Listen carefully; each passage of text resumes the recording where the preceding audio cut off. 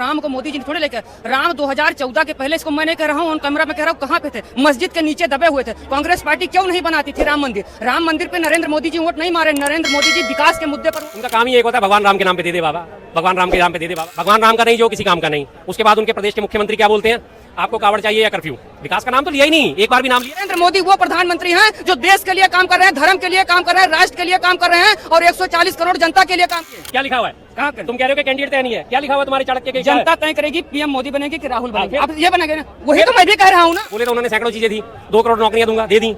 गंगा साफ करूंगा, कर दी। सबको पक्का मकान दे दूंगा, दे दिया। बेरोजगारी खत्म कर दूंगा, कर दी। काला धन वापस ले आऊंगा, आ गया काला धन वापस। एक रुपया काला धन का वापस आया। जो स्विस बैंकों की वो बात करते थे, आज तक कभी कोई वापसी नहीं आते थे कि सारी चीजों को भूल भाल के, विकास भूल गए, वो प्रोग्रेस भूल गए, हर चीज भूल गए, शिक्षा स्वास्थ्य भूल गए, वापस आ गए फिर उसी अपने राम मंदिर के रोने पर। मोदी जी आज हर जगह भाषण दे रहे, कह रहे कि मेरा सपना है 2047 तक विकसित भारत बनाऊंगा, इसलिए 24 घंटा काम कर रहा हूं। क्या बोलेंगे इस पे? विकसित भारत बनाएंगे, हमें बहुत खुशी होगी, पर बनाएंगे कैसे? देखिए जी, बनाने के लिए तो मैं भी कह दूंगा, मैं अपने एक और नया ताजमहल बनाऊंगा, पर मैं उस ताजमहल को बनाने के लिए पैसा कहाँ से लाऊंगा, ज़मीन कहाँ से लाऊंगा, लेबर कहाँ से लाऊंगा, पत्थर कहाँ से लाऊंगा, उसका आर्किटेक्चर कहाँ से लाऊंगा, उसका डिज़ाइन कहाँ से लाऊंगा? कोई ना कोई चीज़ बनाने के लिए आपके पास एक रोड मैप तो होना जरूरी है ना। सिर्फ कहने भर से थोड़ी हो जाएगा विकसित भारत। आज हमारे वो इंटरनेशनल बैंक ने, हमारे वर्ल्ड बैंक ने विकासशील देशों में से भी हमारा तमगा हटा दिया, और आप कह रहे हो कि सीधा सीधा जुमला दे रहे हो, प्रलोभन दे रहे हो कि मैं 2047 तक इसे विकसित भारत बना दूंगा। बनाने का तरीका क्या है आपके पास? कोई आपके पास रोड मैप है कि इस तरह से बनेगा? विकसित भारत बनाने के लिए कम से कम हमारे को 10% की जीडीपी की ग्रोथ चाहिए लगातार। और जीडीपी की ग्रोथ कहाँ हो रही है हमारी? अभी तो 6, 6.5 लगातार बताई जाती है।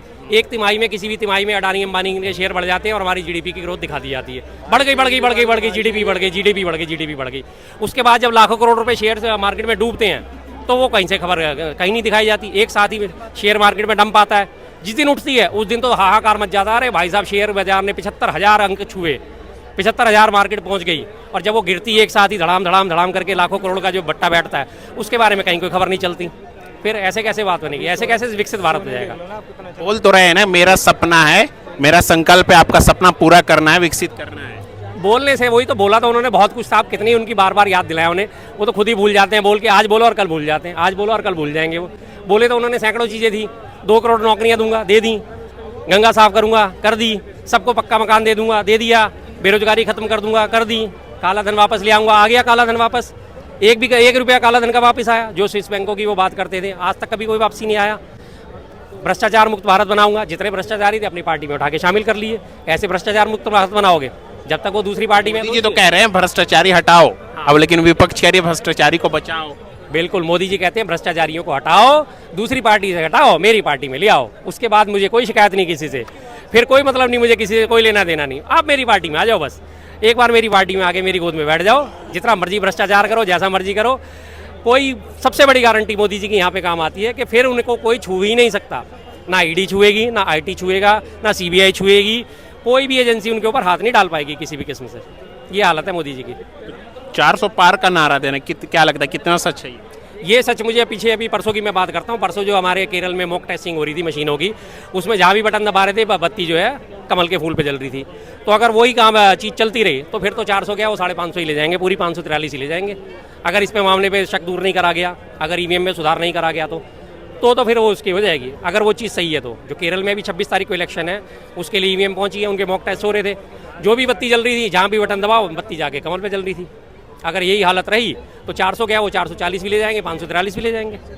एक और इल्जाम लग रहा है विपक्ष मोदी जी कह रहे हैं और अमित शाह जी कह रहे हैं कि आरक्षण का मुद्दा काफी उठाया जा रहा है। विपक्ष कह रही है आरक्षण खत्म कर देगी 2024 में। किस तरह बोलेंगे इस पर? विपक्ष ने यही नहीं कहा कि आरक्षण खत्म कर देंगे, विपक्ष ने तो ये कहा हम आरक्षण की सीमा और बढ़ाएंगे। आरक्षण खत्म करने के आरोप इन पे लग रहे थे, जो इन्होंने कहा भी था कि हम आरक्षण खत्म करके उसके नई सिरे से परिभाषा तय करेंगे, जिसके अगेंस्ट कांग्रेस ने अपने घोषणा पत्र में घोषणा करी कि हम आरक्षण की सीमा को 50% से और बढ़ाएंगे। तब जाके अब इनकी हवा खराब हुई है, तो इनके बयान आने शुरू हुए, नहीं हम आरक्षण को भी खत्म करेंगे, हम संविधान से भी छेड़छाड़ नहीं करेंगे, क्योंकि लगातार इनके ऊपर आरोप लग रहे हैं ना। इनकी मंशा, आरोप क्या लग रहे हैं, मंशा जाहिर हो रही है। अनंत हेगड़े ने बोला, अरुण गोविल ने बोला, इनके एक और सांसद ने बोला, लगातार यही बोल रहे हैं। शाह ने भी तो बोला, एनडीटीवी के इंटरव्यू में बोला है कि मेरा कोई मंशा नहीं है, हमारा कोई मंशा नहीं है आरक्षण खत्म करने का, जैसा है वैसा ही रहेगा। यह सिर्फ विपक्ष का एक मुद्दा है, बनारतूल पकड़ रखा है। देखिए जी, जब आपकी पार्टी में लोग शामिल होते हैं तो आपकी विचारधारा समझ के शामिल होते हैं ना। आप लगातार बैठ के अपने पार्टी में डिस्कशन करते हो, आपकी मेंबर्स की मीटिंग्स होती है, सब कुछ करती हैं, तो कहीं ना कहीं तो कोई बात उठी होगी। किसी एक बंदे के मन की बात तो ये हो ना सकती। 1 2 3 4 5 लोग कम से कम इस बात को अब तक कह चुके हैं, हमें 400 पार करा दो, हम संविधान बदलेंगे। तो आपकी कहीं ना कहीं वो मंशा चल रही है ना। हमारी ग्रुप मीटिंग आपकी जब होती है, ग्रुप मीटिंग में ये चीज़ें डिस्कशन होती है ना कि हमें आगे क्या करना है। जब 5-5 लोग इस बात को बोल रहे हैं कि हमें 400 पार करा दो, हमारा संविधान बदल देंगे, अब उसके बाद बाहर आके आप कुछ भी बोल दो, सच्चाई कहीं ना कहीं बंदे की निकल ही जाती है मुझसे। मोदी जी तो खुद रैलियों से बोल रहे हैं कि वापस आप खुद अगर आ जाएं तो संविधान नहीं बदल पाएंगे, ये कि विपक्ष सिर मुद्दा बना रहा है। सच रहेगी, क्योंकि इस बार उनको 400 पार होने का नारा उनका सफल नहीं होगा, बहुमत में वो आएंगे नहीं, विपक्ष में आके बैठेंगे, तो जाहिर सी बात है ये बात सही है। जब वो विपक्ष में आ जाएंगे, अब उनके गुजरात जाने का टाइम आ गया है वापस, इंडिया गठबंधन भारी बहुमत से जीत हासिल करेगा और उसके बाद जब सरकार बनेगी तो जाहिर सी बात है संविधान जैसा था वैसा ही रहेगा। हकीकत उन्हें जमीनी है कि थोड़ी थोड़ी उन्हें दिखनी शुरू हो गई है, तभी वो लेते के सारी चीज़ों को भूल भाल के, विकास भूल गए, वो प्रोग्रेस भूल गए, हर चीज़ भूल गए, शिक्षा स्वास्थ्य भूल गए, वापस आ गए फिर उसी अपने राम मंदिर के रोने पर। मैं फिर शब्द रिपीट करूंगा, वापस राम मंदिर के रोने पर क्यों? उनका काम ही एक होता है, भगवान राम के नाम पे दे दे बाबा, भगवान राम के नाम पे दे दे बाबा, मुझे वोट विकास तो किया है ना।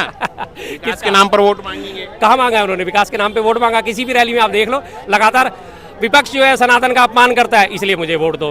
विपक्षियों ने सनातन का अपमान करा, उन्होंने निमंत्रण पत्र ठुकराया, राम मंदिर प्रतिष्ठा का निमंत्रण पत्र ठुकराया, इसलिए मुझे वोट दो। मेरठ में जाते हैं, रैली करते हैं, जहाँ से अरुण गोविल सो कॉल्ड राम, जिन्होंने राम का कैरेक्टर निभाया था, चलिए राम का कैरेक्टर निभाने की वजह से उनकी इज्जत है, ठीक है, हम मानते हैं जी, एक उन्होंने अच्छा कैरेक्टर निभाया। वहाँ की रैली में उन्होंने क्या बोला? भगवान राम का नहीं, जो किसी काम का नहीं। उसके बाद उनके प्रदेश के मुख्यमंत्री क्या बोलते हैं? आपको कावड़ चाहिए या कर्फ्यू? विकास का नाम तो लिया ही नहीं, एक बार भी नाम लिया।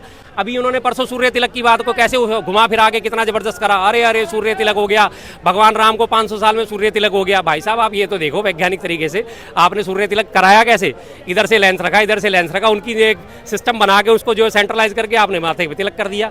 आप उस प्राचीन सभ्यता को लेके वापस आना चाहते हो, जो हमारे पुराने मंदिर बने जिनमें ऑटोमेटिकली ये सिस्टम है कि जब सूरज आएगा तो ऑटोमेटिकली वो चरण चूमेगा या उनके माथे पे तिलक करेगा, लेकिन आपके पास तो वो टेक्नोलॉजी है ही नहीं। बीजेपी तो दावा क्या करा, इधर से शीशा घुमा के, इधर से शीशा घुमा के फोकस बना के आपने सूर्य तिलक करा दिया।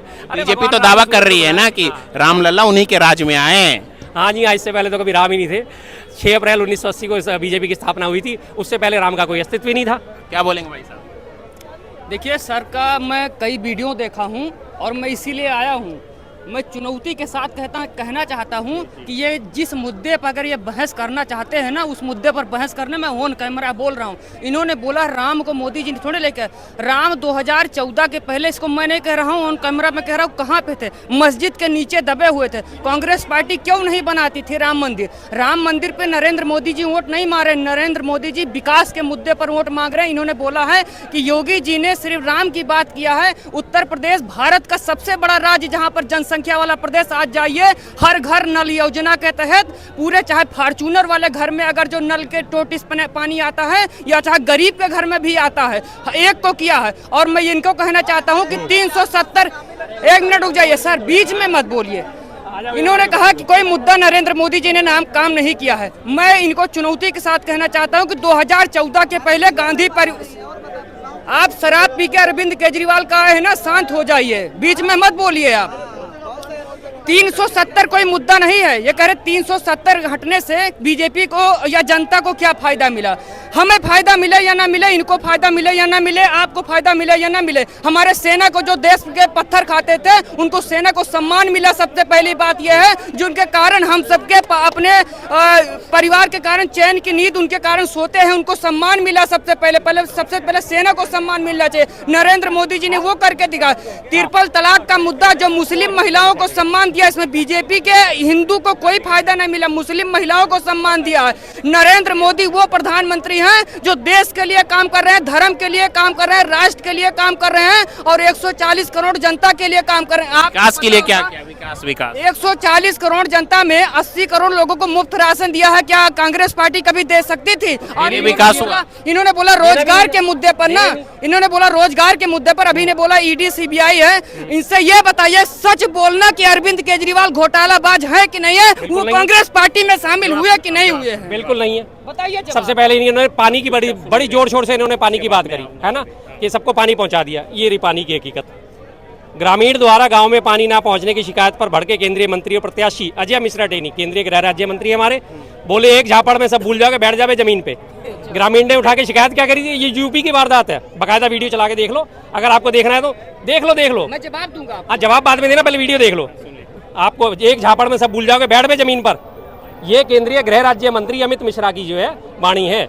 उसने बोला ग्रामीण ने के साहब हमारे पानी नहीं आता, ये कह रहे हैं सबको पानी पहुंचा दिया, पहली चीज इनकी। ठीक है जी, और बताइए क्या पूछो। हाँ जी, हाँ बोलिए। अगली बात।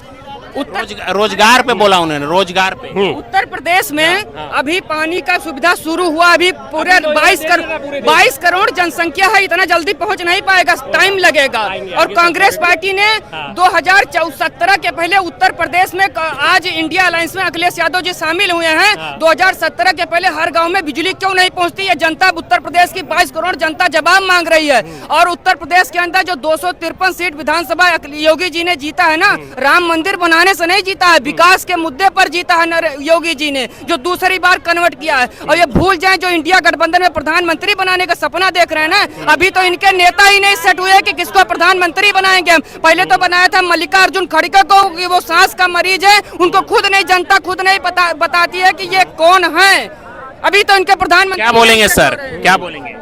किस बारे में? इनके कौन, कई सारी बातें इन्होंने बोल दी, बोलो आप। रोजगार के बारे में, यूपी प्रधानमंत्री बनाओगे आप 2024 में 4 जून को। चाणक्य साहब को मानते हो थोड़ा बहुत? अमित शाह को मानते हो ना? मैं तो सबको मानता हूं, लो जी। राहुल गांधी को भी मानता हूं। अमित शाह को मानते हो तो लो, सबको मानता हूं। अमित शाह जी का बयान देखो। आ गए ना। अरे अमित शाह जी का बयान देखो, अगर अमित शाह जी की बात पे यकीन करते हो तो पढ़ो जरा क्या लिखा हुआ है। मैं सब पढ़ना, आप ही बता दीजिए। अरे क्यों, पढ़े लिखे नहीं हो? क्यों पढ़ा लिखा नहीं हूँ? मेरे फिर माथे पढ़ो पे ना। स्टिकर लिखा है क्या? पढ़ो ना फिर। तो आप ही पढ़िए। अरे जब पढ़े लिखे हो तो पढ़ो ना फिर। मैं तो पढ़ा लिखा। पढ़ो।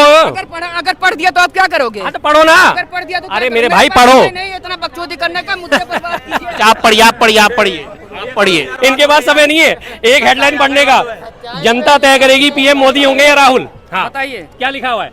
कहाँ कर? तुम कह रहे हो कि कैंडिडेट तय नहीं है, क्या लिखा हुआ है तुम्हारे चाणक्य के? जनता तय करेगी पीएम मोदी बनेगी कि राहुल बनेगी। फिर? अब ये बनेंगे ना, वही तो मैं भी कह रहा हूँ ना। क्या कह रहे हो? मैं थोड़ी कह रहा हूँ। आगे गठबंधन का चेहरा नहीं है, मैं तुम्हारे को चेहरा दिखा रहा हूँ। तुम्हारे अमित शाह जो है नंबर 2 के हैं, गृह मंत्री हैं, नंबर 2 माना जाता है बीजेपी में, चाणक्य माना जाता है। जब उन्होंने तय कर दिया कि राहुल होंगे या मोदी, तो अब हमें तय करने की जरूरत बची है। तो मल्लिकार्जुन खड़गे को क्यों बनाया था पीएम? जवाब दीजिए आप। मल्लिकार्जुन क्या पीएम कब बन गए भाई? क्यों बनाया अरे था? थोड़ा धीरे बोलो यार, मैं सुन सकता हूँ, बहरा नहीं हूँ मैं, धीरे बोलो।